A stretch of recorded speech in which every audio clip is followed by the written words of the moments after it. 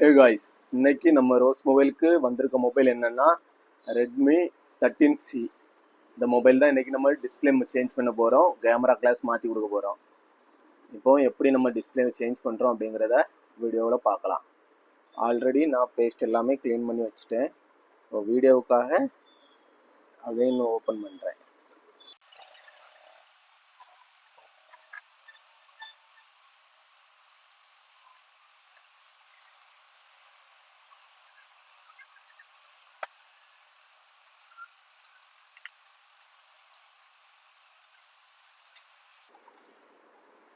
First சுற்றி அவுட்ரு எல்லாத்தையுமே clean பண்ணிடுறோம்.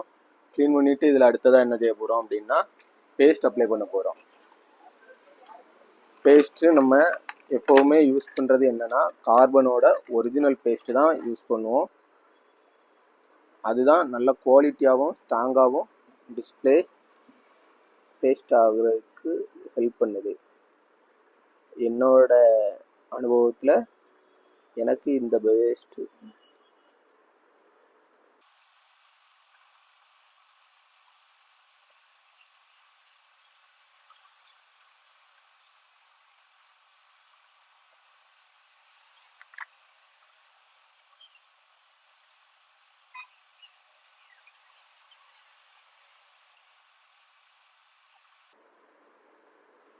ஃபர்ஸ்ட் ஆஃப் ஆல் சைடு எல்லாமே க்ளீனாக பேஸ்ட் போட்டிருக்கோம். நம்ம பேஸ்ட் போட்டதுக்கு பிறகு புது டிஸ்பிளே ஒன்று வாங்கிட்டு வந்து அதை ஃபிக்ஸ் பண்ணணும். நம்ம என்ன டிஸ்பிளே யூஸ் பண்ணுறோம், சூப்பர் பிரேவ் பிராண்டோட HD+ டிஸ்பிளே யூஸ் பண்ணுறோம். இப்போ டிஸ்பிளே எடுத்து ரீப்ளேஸ் பண்ணுறோம். கரெக்டாக வச்சு அதிகமாக அழுத்தம் கொடுத்துடக்கூடாது. டச் ஆட்டோமேட்டிக்காக ஒர்க் ஆக ஆரம்பிச்சிடும். வச்சுட்டு நம்ம அழுத்தம் ப்ரெஷர் இல்லாமல் இருக்கிறதுக்காக பபுள்ஸ் கவரை கீழே வச்சுட்டு இந்த 13C மொபைலில் மாடலில் கீழே ஒரு ஸ்ட்ரிப் வரும், மேலே ஒரு ஸ்ட்ரிப் வரும். ரெண்டுமே அதற்கான கனெக்டரில் நம்ம கரெக்டாக ஃபிக்ஸ் பண்ணிவிட்டு அதுக்கப்புறம் நிறைய பேர் பண்ணுற தப்பு இதுதான். பேட்ரி பேஸ்ட் ஆகுறதுக்கு, அதாவது ஆடாமையோ கீழே தனியாக வராமல் இருக்கிறதுக்கு இந்த டேப் போட மாட்டாங்க. கண்டிப்பாக இந்த டபுள் சைட் டேப் போடணும்.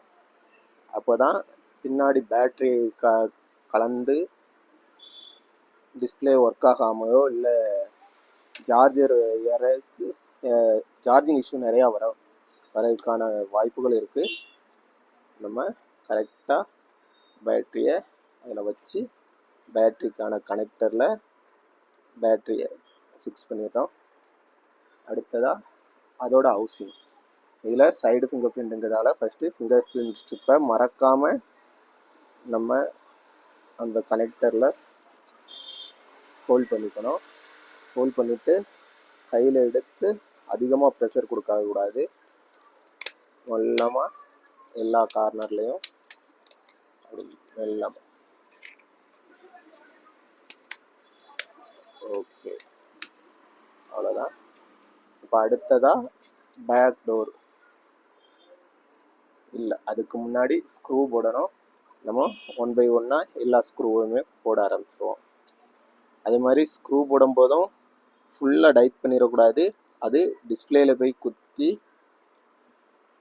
டிஸ்பிளே அகைனும் உள்பக்கமாக கிராக் ஆகிறதுக்கு வாய்ப்பு நிறையா இருக்குது. இந்த மாதிரி தப்பு நிறைய பேர் பண்ணதுக்கு வாய்ப்பு இருக்குது. ஸோ அதை பண்ண வேண்டாம்.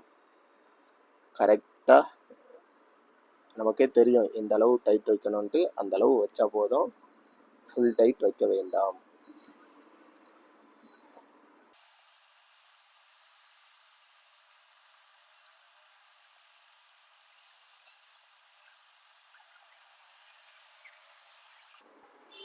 ஓகே காய்ஸ், இப்போது நம்ம எல்லா ஸ்க்ரூவுமே இதில் போட்டாச்சு.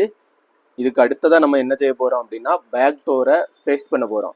பேஸ்ட் பண்ணுறதுக்கு நம்ம என்ன பேஸ்ட் யூஸ் பண்ணுறோன்னா சன்ஷைனோட பேஸ்ட்டு தான் யூஸ் பண்ணுறோம்.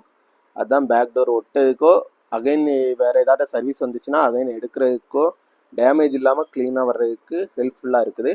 ஸோ நான் யூஸ் பண்ணுற பேஸ்ட்டு சன்ஷைன் பேஸ்ட்டு. இப்போது அதுக்கு பேஸ்ட் போட்டாச்சு. பேஸ்ட்டு போட்ட அப்புறமா பேக் டோர் எடுக்கிறோம்.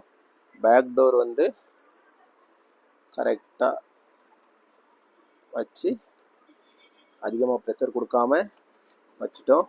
வச்சுட்டு சிம் ஸ்லாட் இருக்குது. சிம் ஸ்லாட்டை மறக்காமல் போட்டுக்கோங்க. சிம் ஸ்லாட் போட்டாச்சு. இப்போ ஃபோன் ஆன் பண்ணுறோம். ஆன் ஆகுதான்னு பார்ப்போம்.